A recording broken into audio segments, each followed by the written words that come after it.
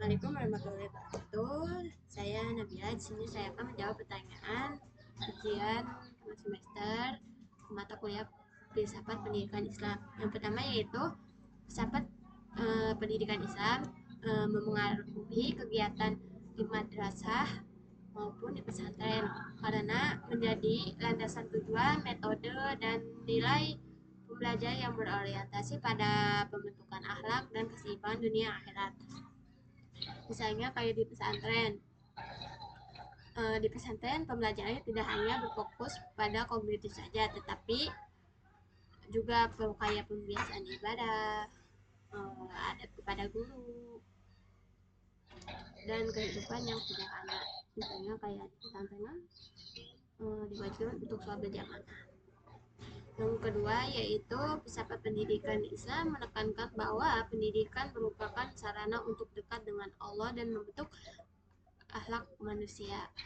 Sedangkan filsafat pendidikan barat lebih menekankan rasionalitas, kebebasan manusia, dan perkembangan ilmu pengetahuan. Kelebihan Islam adalah memiliki nilai moral dan spiritual yang tinggi, tetapi kurang fleksibel menyesuaikan dengan perkembangan zaman pada saat ini. Kelebihan filsafat barat adalah sangat inovatif dan kritis, tetapi kurang menekankan aspek spiritual. Sehingga di Indonesia perlu dikombinasikan antara filsafat pendidikan Islam dan filsafat pendidikan barat. Kerangka filosofis pendidikan Islam mencakup ontologi yang berarti hakikat manusia dan kenyataan, epistemologi yaitu berarti sumber ilmu dari wahyu, akal, dan pengalaman, dan aksiologi yaitu nilai. Komponen yang sangat menonjol dalam perkembangan kurikulum mencakup tujuan berdasarkan akhlak, materi yang seimbang antara ilmu agama dan ilmu umum, serta metode belajar yang aktif, dan evaluasi yang tidak hanya mencakup kognitif tetapi juga mencakup sikap dan perilaku. Kelima yaitu yang keempat yaitu dalam ontologi pendidikan Islam, manusia diartikan sebagai makhluk jasmani dan rohani yang memiliki potensi atau fitrah, sehingga penerapannya adalah pendidikan harus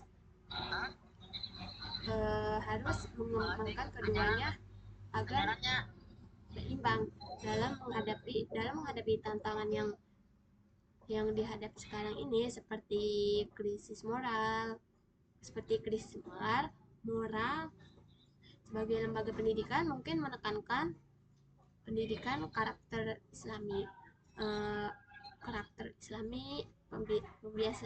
pembinaan akhlak serta menggunakan teknologi yang tetap berdasarkan nilai agama.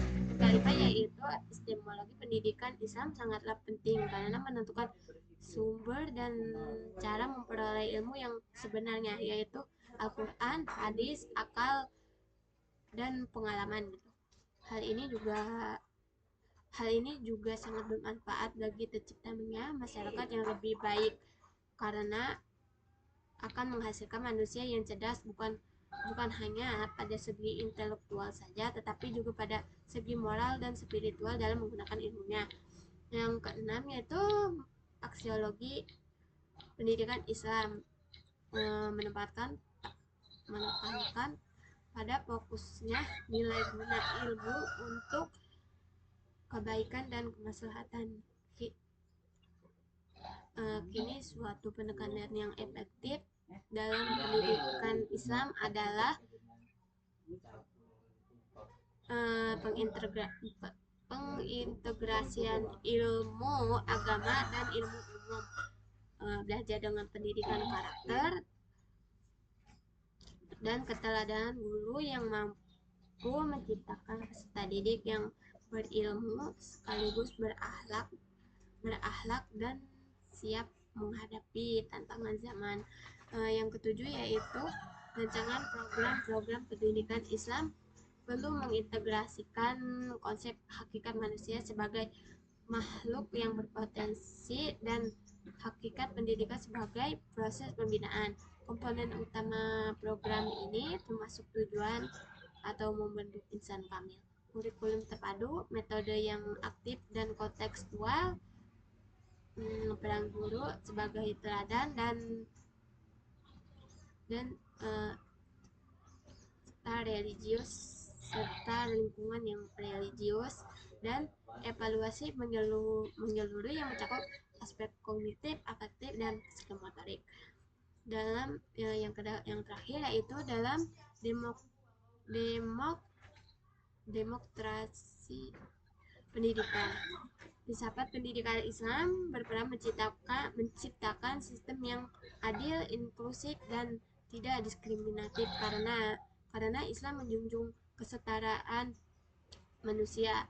Karena Islam menjunjung kesetaraan manusia gitu.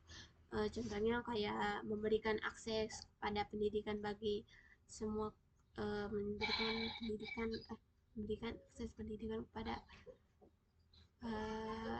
orang yang menengah bawah atau yang ekonomi yang ke bawah gitu, seperti program beasiswa atau yang lainnya gitu, kayak seperti pendidikan non formal, pendidikan inklusif, dan pembelajaran yang menghargai pembelajaran yang menghargai kemampuan dan perbedaan dalam peserta didik. Assalamualaikum. Sekian jawaban saya kali ini. Mohon maaf bila ada salah kata atau salah salah menjawabnya. Mohon maaf. Sekian saya. Wassalamualaikum warahmatullahi wabarakatuh.